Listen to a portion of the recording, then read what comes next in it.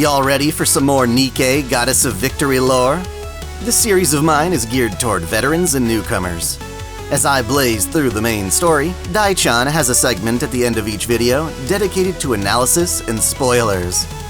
If you enjoy my content, please consider joining as a channel member through YouTube, Patreon, or Subscribestar. It's by far the best way to support us.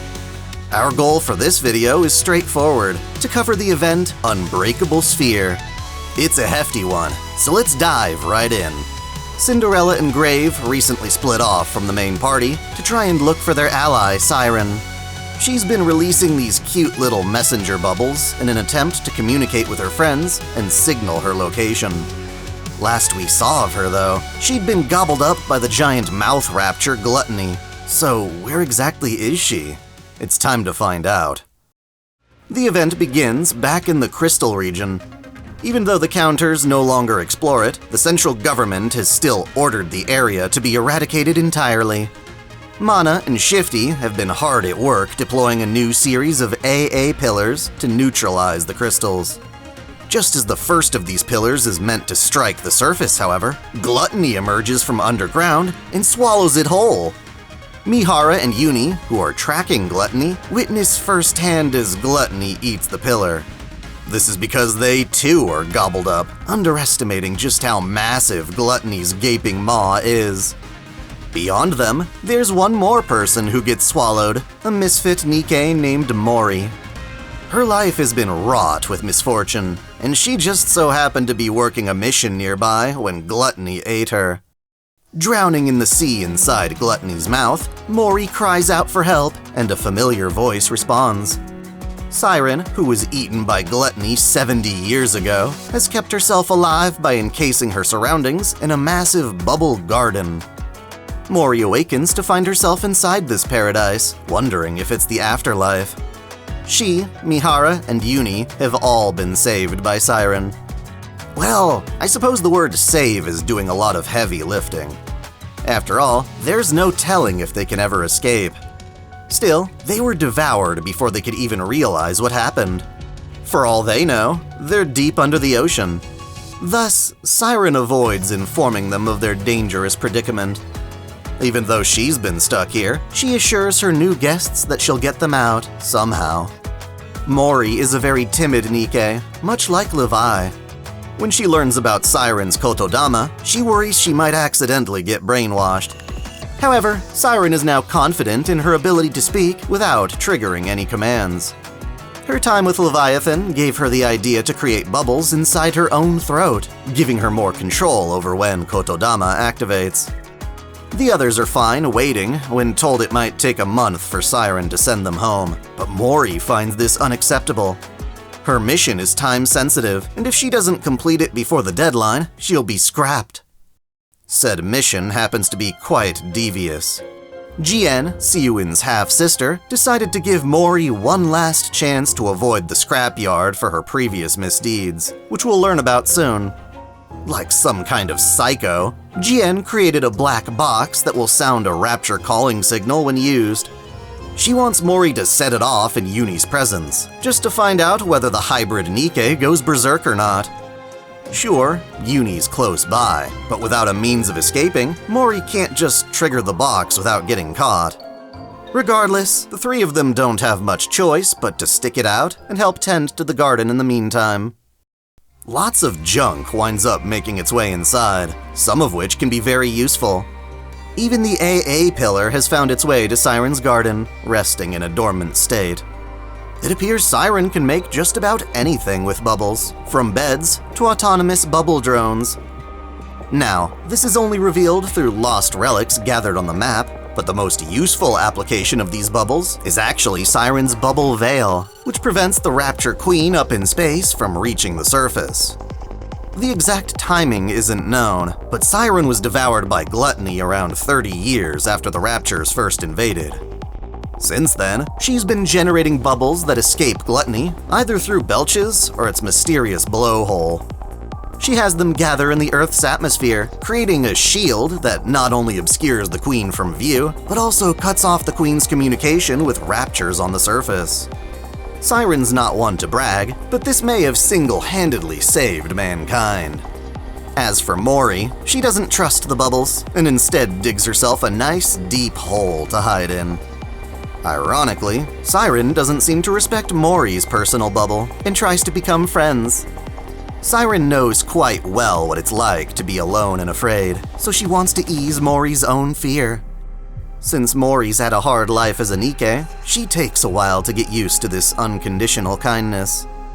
The next day, Siren shows everyone a large tree where she produces her bubbles. Curious about it, Mihara tries swapping her senses with the tree, and while it feels warm and inviting, she also gets this sense that something is watching her. Siren immediately puts a stop to this experiment, not wanting Gluttony to notice them. After all, this whole time, she survived by laying low. This makes Mihara suspicious, sensing that Siren isn't being entirely truthful. Nonetheless, they all get along for the next 2 weeks, until Mori notices some silver liquid gathering outside the garden. Siren recognizes it as Gluttony's digestive fluids, which normally keep their distance. However, the silver water has now appeared alongside Raptures, whose glowing cores peer in from beyond the barrier. Unable to hide the truth any longer, Siren explains that they're inside Gluttony's throat. Mori wants to leave, but Siren pulls her back, warning that her garden is the only thing keeping them all from being digested. Even so, Mori tries to break free, and the black box inside her bag falls out. On impact with the ground, it activates, sounding the Rapture calling signal. This makes the Raptures outside go crazy, smashing into the barrier enough to create a gap. Silver liquid flows in and touches the AA pillar. Siren does her best to ward it off with her bubbles, but the silver ultimately covers the AA pillar and dissolves it into more of itself. During this chaos, Yuni begins to convulse and break free of her restraints. With red eyes, she grabs Mihara and begins to strangle her. Despite this, Mihara notices Yuni's tears and asks her not to cry. Mori tries to pry them apart to no avail. Yuni only ceases her violence when Siren commands her to stop with the kotodama. In addition to her command, Siren talks Yuni down, reminding Yuni of how much she loves Mihara. Soon, Yuni's Nikke consciousness wins out over her Rapture fusion, dropping Mihara and doing her best to make amends. Drowning in guilt, Mori apologizes and runs off, sensing Yuni's anger for causing this whole mess. Turns out, Mori's creators consider her a defect. She's not a mass-produced model, which means she should have developed skills from her brain's aspirations. When they learned she lacked any innate talent, the scientists paired her with mass-produced models so she wouldn't besmirch Macilis's reputation. However, those mass-produced Nikkes didn't welcome her either. No, they resented Mori for having a name but not living up to it. She got bullied, denied rations, and even abandoned during operations. Left alone on the surface, she only survived by grabbing a nearby shovel and burying herself in the dirt. When she finally returned to the Ark, her squad mates pretended she was ordered to retreat, but must have been deaf or something. Pushed to the breaking point, Mori retaliated, attacking her own team and getting thrown in the rehabilitation center. The poor girl was betrayed yet again when her new squad snuck unregistered artifacts in her bag. Her superiors thought she was stealing what they scavenged from the surface. This, paired with her prior record, had her assigned to the Incubator Squad. It was basically a death sentence, as Incubator is essentially a squad where Nikkes are expected to develop skills under pressure or be scrapped as failures. Jien's offer, while cruel to Yuni, was Mori's only lifeline. Now, she considers herself a bad omen for anyone she meets, and would help the world out by dying. Siren disagrees, declaring she would be sad if Mori died. Deep down, Mori wants to live. It's why she begged for help, and Siren answered her call. Even if nobody else feels the same, Siren is thankful that Mori's alive. Just being here has given Siren hope and motivation to escape Gluttony. Finally, Mori has found someone she can trust. She leaves her hole and apologizes to Mihara, who laughs it off as some unexpected stimulation. Siren also apologizes for not being forthcoming. The only thing Gluttony's fluids can't assimilate with are her bubbles. It's the only reason she's been able to survive. However, they can be dissolved by the liquid, and her garden has taken heavy damage. Luckily, the digestive fluid only comes in cycles. Within the gap, Siren plans to send everyone back with transport bubbles. In general, the garden's bubbles are made by siphoning energy from Gluttony's digestive fluids, so even though it puts them in danger, it also allows her to accelerate production. During this time, Mori finds some bubble dolls Siren made in the shape of her friends, including Leviathan. This whole time, she's been living on, hoping to reunite with them, not even knowing if they're still alive. It's tragic, since Siren plans to save Mihara, Yuni, and Mori, but not herself. She secretly plans to stay behind, remaining in her garden for who knows how long. Everyone says their goodbyes right before Gluttony opens up his air hole. Mori, however, can tell Siren is keeping something else hidden. Under interrogation, she confesses that Gluttony really wants to digest that AA pillar. Doing so would give it way too much energy, so Siren plans to stay behind and disperse that energy over time. As much as she wants to find her friends, Siren prioritizes her duty as a goddess of victory, doing whatever it takes to prevent Gluttony from getting stronger. The logic is sound, and reluctantly, Mori and Wardress comply with her wish, drifting up to the surface in their bubbles. They successfully wash up on shore, but Mori can't handle leaving Siren behind, especially not when it's all her fault. She tries digging into the ground, hoping Gluttony will gobble her up again, forcing Mihara to hug her in support. Even with some time to think, Mori still wants to save Siren somehow. Mihara tries to dissuade her, explaining that it would be wasting Siren's goodwill to go and get killed without a plan. Gluttony, with the AA pillar's energy, is the most destructive rapture out there, even more so than the heretics. Even if they had courage, they'd still need a strategy. Despite all this, Mori begs Mihara for help. She'll never be able to live with the guilt of abandoning her only friend. Out of pity, and perhaps a bit of excitement, Mihara agrees to try, much to Yuni's despair. Unfortunately, the central government has no intention of sending aid. They don't consider Gluttony an immediate threat to the Ark, which is insanely ignorant. On the bright side, they're only saying this because they don't know how to stop it. Mana's pretty fucking smart though, and has an idea, albeit a risky one. E2 crystals drain the energy of anything they come in contact with. If one were to plant some on Gluttony's core, it would cause them to grow exponentially. Mori volunteers to be the one who shoves these crystals down Gluttony's throat. Of course, this plan still presents some problems. For one, Gluttony won't just wait and let Mori deliver the payload. Even if she gets in there, how's she gonna get out? It's dangerous for whoever goes in, as well as whoever's tasked with keeping Gluttony's mouth open. To even the odds, Mihara wants to get stronger and knows just who to consult. Back at the Ark, Jien awaits a message from Mori, but winds up getting contacted by Mihara instead. Our favorite masochist wants Jien to exonerate Mori from being scrapped, stop trying to experiment on Yuni, and give her an upgrade that will let her make full use of her abilities. As compensation, Mihara offers herself up as Jien's guinea pig. This would mean getting fused with Rapture parts just like Yuni, including a Rapture core. I guess that core was supposed to be a secret, but why else would Yuni have such a strong reaction to a Rapture calling signal? Luckily, Jien has this sick urge to tamper with one of her sister's creations. Yuni doesn't count since her body was all mangled as punishment. It's a steep price, but Mihara's already living life on the edge. Thus, Jien agrees to the deal out of intrigue. Yuni, on the other hand, is furious.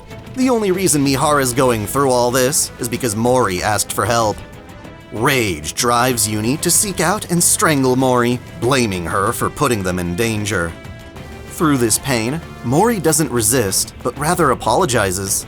She admits she's done unforgivable things, and is willing to let Yuni kill her, but only after they rescue Siren. To her, Siren is the only person in the world who cherishes her existence. Mori's words reach Yuni's heart. After all, there was once a time when she was willing to do anything to save Mihara. They both want to give their lives for the ones they cherish. Thus, even though she's afraid, Yuni can't bring herself to end Mori's life. The two of them cry together, barely calming down by the time Mihara shows up. Despite the obvious marks on Mori's neck, Mihara accepts they've resolved their issues. As soon as Mihara's upgrades are complete, they head out. Back inside Gluttony, Siren's garden is falling apart. More and more fluid is making its way in, and the core's red glow keeps staring her down. Her last resort is to use the rest of her power to dissolve the AA pillar, but she's still holding out for as long as possible. Mori's doing her best to stay strong too. She's never actually fought the Raptures before. She was always trying to avoid confrontation. Now, she's bravely putting everything on the line as they track Gluttony down. Mihara's job is to halt Gluttony's movements, while Yuni holds its mouth open. Mori will dive in and plant the crystals on the core before rescuing Siren. Starting things off, Mihara activates all of her body's cores, both Nikke and Rapture. A command in her system, Unlock Code Deep, forces them to maximum output. Normally, Nikke cores have a barrier that prevents them from resonating with one another. It's a form of protection, but Jian's found a way to bypass that system at the Nikke's expense. This forcibly brings out Mihara's full potential. As expected, this comes with an extreme amount of pain as her entire body goes haywire. She's about to lose herself when Yuni calls out to her. Biting down on her own cheek, she uses even more pain to focus her mind. A pattern of chains emanates from her body, chains meant to connect with another's senses and share her suffering. Rather than swap senses, she and her target will become one, feeling each other's pain through an inescapable link. By chaining herself to her opponent, she enters a battle of will to see who can handle their collective pain the most. Mihara tries to strike Gluttony with her whip, but it instinctively dodges and retaliates with tentacles. Yuni grabs hold of the tentacles, refusing to let them attack. When Gluttony fires off splinters of its own body, Mori shoots them down before they impact. Finally, Mihara tags Gluttony in the ass and links with its senses. It appears Gluttony's eaten many things, but not his own cheek, so Mihara goes to town on hers and sends that pain to her enemy. It flails in agony, trying to shut its mouth, but Yuni pries it open. Mori's got 30 minutes to get in and out. Her mind starts racing with negative thoughts and doubts, but she overcomes them and hurls herself into the abyss. Siren is able to sense Mori's presence and deliver her safely to the garden. Even after hearing their new plan, Siren refuses to abandon the AA pillar. Instead, she offers to plant the crystals on her own, but Mori intends to keep coming back as many times as it takes. A world without Siren, a world in which she suffers in solitude, is not the beautiful world she wants to protect. Mori wants her to escape and prove the world is a beautiful place. Sure enough, Siren remembers the promise she made with Cinderella back when they fought the Queen. It wasn't to die trying, it was to rewrite their story into a happy ending. For that to happen, she needs to aim for everyone's happiness, including her own, no matter how unlikely they are to succeed. Siren takes Mori's hand, and the two plan their escape. Meanwhile, Yuni is still propping open Gluttony's mouth. There's a cap to how much pain one can feel, and it's starting to make Mihara's assault less effective. This in turn has Gluttony putting on more pressure. Still, Yuni imagines carrying the weight of all the lives she indirectly took, and this pales in comparison. On their way out, Mori and Siren fire off a bubble containing the E2 crystals. With Mori's aim and Siren's kotodama to guide it, the bubble hits its mark. The glass bottle holding the crystals shatters, allowing them to grow at an alarming speed. The two make their way out of Gluttony's mouth and notice it trying to fight the crystals back with its bile. While it's distracted, they need to unite and defeat Gluttony for good. Sadly, the crystals stop growing after they've depleted most of Gluttony's core. They need an extra push, some fuel for the crystals to swell again. What better fuel than the AA pillar? Ironically, the very thing Gluttony wanted to absorb will be used to feed its destruction. All of the energy Siren siphoned from the pillar is sent back at Gluttony, who foolishly crawls forward to claim it. From within his own throat, the crystals steal his meal for themselves. They cause the core to shatter, and Gluttony collapses to the ground. The Rapture has been defeated, or has it? It seems that what they fought was only part of Gluttony's main body, which slithers off with its tail between its legs. Yeah, this was just one of Gluttony's many mouths, and actually killing this son of a bitch is going to be much harder. Still, the party accomplished what they set out to do. Siren watches the sun rise for the first time in 70 years. The wondrous sight makes her cry, which in turn brings Mori to tears. Yuni and Mihara are proud to have saved someone. It's one step closer toward their atonement. As they celebrate, one of Siren's bubble dolls on the surface makes its way back to her. Following right behind is Cinderella and Grave. It's an epic reunion with long overdue bliss. Siren is overwhelmed by happiness, admitting she made the right choice to live. With the death of one of Gluttony's mouths, Siren was able to salvage what remains of her garden and immerse it in the real ocean. She shows Cinderella and Grave the paradise she created for herself. Mihara and Yuni still need to return to the Ark, not just to reset their explosives, but also to report to Jian. Mori no longer has to fear being scrapped and can also return, but Siren was under the impression they'd continue traveling together. That's what Mori wants, but she doesn't feel worthy to accompany a group of legendary Nikkes. Cinderella assures Mori that she's been welcome ever since she decided to risk it all saving Siren. Technically, what Mori's doing is akin to deserting the Ark. Thus, when she and Mihara part ways, Mori hands off her phone so no one can track her. Most of the old Tales squad are back together again. Before returning to the commander, Cinderella inquires about Hansel and Gretel. Ominously, Siren announces the two of them are alive, but no longer allied with humanity. The implications of this have yet to be developed. I bet that was a lot to chew on. So let's hand things off to Dai-chan for the digest. While I don't like being compared to Gluttony, it is true that we have some content to discuss and contemplate. As I mentioned in earlier videos, Siren spent her confinement building that large bubble veil in the sky. It's not clear just how long it took, but we can safely assume the Rapture Queen had at least 30 years of contact with her children on the surface. Much of what she accomplished in that time has yet to be clarified. Obviously, the Queen requested Lilith's head and later tried to acquire the body. I still wonder how Liberalia was able to deliver that head, given that the Queen had been physically cut off from the lift. In terms of communication, though, the Queen held a stronger control over Raptures before the veil went up. Heretics like Nihilister later complain about that strong compulsion to obey the Queen, wanting to rebel, but lacking the power to do so.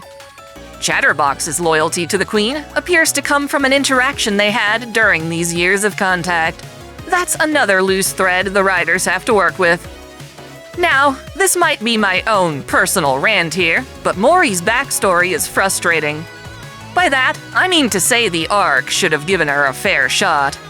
The concept of Incubator, a squad where Nikkes are pushed to their mental limits to develop a skill, seems far more severe and desperate than the MMR vocational school that many Nikkes attend.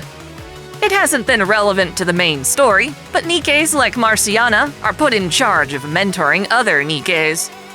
They undergo exams to determine their potential, with those who fail being scrapped. Marciana despises this system and wants to dismantle it, but it's still way more reasonable than Incubator Squad. It's especially odd when you consider that most Nikkes in the Ark no longer specialize in combat. A Nikke without some special ability is still more capable of contributing to society than the average human, so long as they can just do ordinary things. Then we have Nikkes like Query, who are comically incompetent. Rather than a special ability, she lacks the ability to see. Jokes aside, why would the Ark keep her around without question, while Mori and the vocational school have to prove their potential? When really put under the microscope, I don't think this logic holds, outside of how the different manufacturers treat their Nikkes. Is the simple answer that Bacillus is just irredeemably evil? While it might not be fair which Nikkes are scrapped and which ones are kept, there is a depressing precedent for the very concept of scrapped Nikkes. Even though it's institutionalized murder, scrapped Nikkes and dead humans are used to feed the massive Rapture core powering the Ark. It might just be a matter of overpopulation, with certain unlucky individuals being sacrificed for the others. When you realize that, in secret, the Ark has a quota of sacrifices to maintain, it's easier to see how various injustices are permitted. Without systems like Incubator or the vocational school, the Ark would have to procure their sacrifices elsewhere. I'll admit this contains a lot of my own speculation, but it's definitely the impression I get when I consider the darker elements of Nikke's story. Imagine if Yuni was actually doing the government a favor by letting raptures kill a bunch of civilians. Under the guise of justice and order, they had her turned into a mechanical monster, but there may have been a part of the government that's happy to have more corpses for disposal.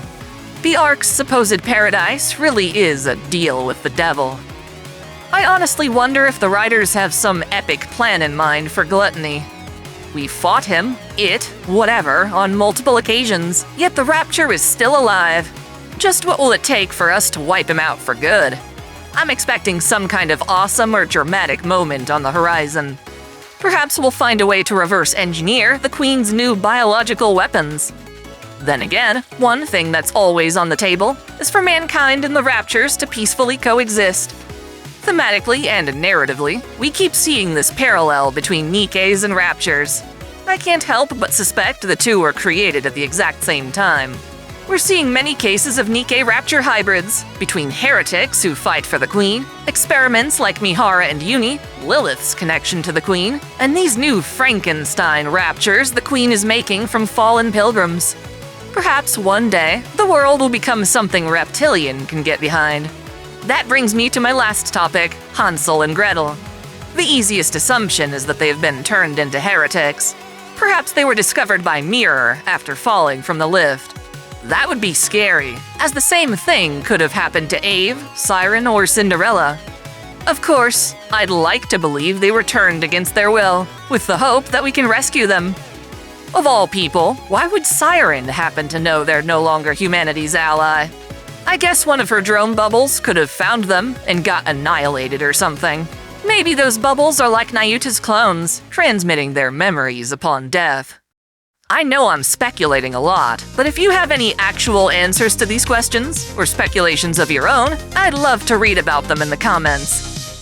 Rather than perfection, I promise you all transparency, as even I keep learning things about this world. Don't forget to hit up the official playlist in case you missed an episode. Until next time, celebrate your fandom!